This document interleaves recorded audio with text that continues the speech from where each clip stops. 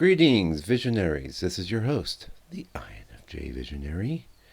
I wanted to talk to you a little bit today about speech and speaking, and I will touch on other things. You know how we do here.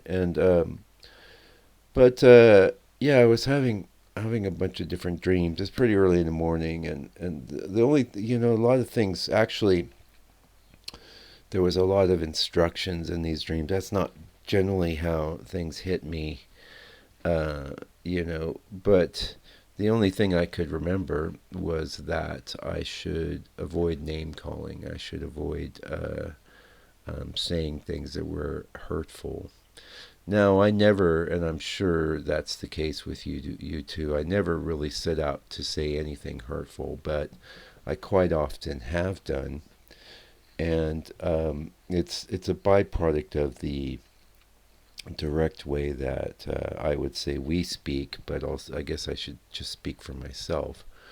Um, to me, it's when I think when the introverted intuition overrides the extroverted feeling component, and it is way stronger, way more powerful of a force in our psyche. Extroverted feeling gets a lot of good press, and it certainly is a modifying effect on our character. But just speaking for myself, there'll be times where in conversation I'll just put something out there that I think is, lots of times it's just trying to be funny because I think something's funny that's true. And what'll happen is I'll see people's, obviously we're picking up on the micro expressions. I'll see them wince or grimace, and I'll go, oh, okay, there we go. They found out that I wasn't actually as nice as I seem to be. And I am very nice. I want to be good. I want to be a good dragon. I want to be a light in the world and helpful to people. On the other hand, I'm concerned predominantly with truth, and I'm concerned with lots of other things that most people don't care about. So that can put me at odds, and it's very easy to justify these overly direct statements that can be hurtful. Right? It's very easy to justify it. But I was actually, things crapped out the first time I was talking to you here. But one thing I was getting into there is like one of the actually almost well, there's lots of ways to get in an NITI loop, but for me the number one way that I start looping is when I've done this, when I've said something that was too direct, too whatever, come off as mean or come off as just alien or whatever. And I'll loop on that for a long time, and that's a real special kind of torture. I don't know if it's happened to you. I don't like it. It doesn't happen all the time. Most of the time, I stay within the parameters of what I feel that people can accept hearing, but it's always good. It's always good to have a care because you are communicating with other people. You're not sitting there talking to yourself. So, and obviously, there are other types that may do this maybe more than us, or may possibly not. I don't know. Like I've said before, I'm not here because I'm an expert in the Jungian archetypes. I'm not. Um, what I am is an INFJ and a visionary, and I like to show up and chat with you every couple of days about stuff that I think is pertinent to our existence. And this ties into another thing, which is authenticity, right? I think authenticity to us is extremely important, and there's lots of types where you'll see authenticity listed as a real important factor. But for us, I think it's really, really important because we have the capability to sort of lose ourselves. The extroverted feeling thing it's like a switch that we flip so many times that because we know that in a lot of cases people just don't want to hear a lot of our insights or premonitions or ideas about things, especially if they're couched in negative terms, again, I'll just speak for myself. So much of I'm a positive dragon, but so many of my intuitions are negative about the way that things will not work and cannot work. And oftentimes it's true, and then to be completely honest with you, sometimes I probably am skunking perfectly legitimate opportunities because I was able to pull them apart and figure out all the ways that they wouldn't work. So, well, that's the topic of this video. Anyway, you, the authenticity becomes increasingly important to us as we age, because if you've lost the thread of your true nature, I think it's especially hard to apprehend truth.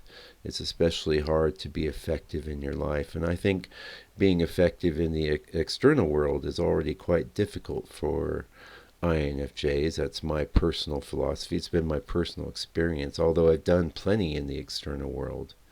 I've actually managed businesses and done a lot of things that required a lot of that sort of I don't know, what would you call it, a ability to affect things, right? Sorry for the sniffle. Quite a lot of smoke around right now in this temple here. Yeah, I hope well, if the volcano goes off, it's all good. Anyway, we treasure authenticity, and I do especially. So, quite often, if this was happening in the dreams last night, because most of my friends or people I know, they are I don't want to say they're intimidated by me, but they know that I can be quite unyielding in a way, especially with criticism. And so, where they might have advice for me or ways that they think they can help me, they won't give it. So this was coming through in the dream last night, and basically talking about my presentation style, and even maybe somewhat touching on this channel or other things I do in the public sphere. And my immediate comeback was like, I don't care. IDC, remember it. Because it's powerful. That the I don't care comes in to protect the authenticity, because the authenticity must be protected, must be treasured on one hand. On the other hand, we have agency, we have the ability to use all of the skills that are available to us in a fluent manner. All that's required is a bit of awareness, right? So you don't let you don't bury your interactions with other people so deeply in fluff and things that keep them comfortable, on the one hand. On the other hand, you don't let the cutting, insightful intuitions slice people up either, especially if they are negative, especially if they're true, and especially if they might not be flattering. That's one thing I've done. I remember an incident where, and she's actually still a friend of mine, but she was talking to another lady who's an artist, who was a well-known artist. And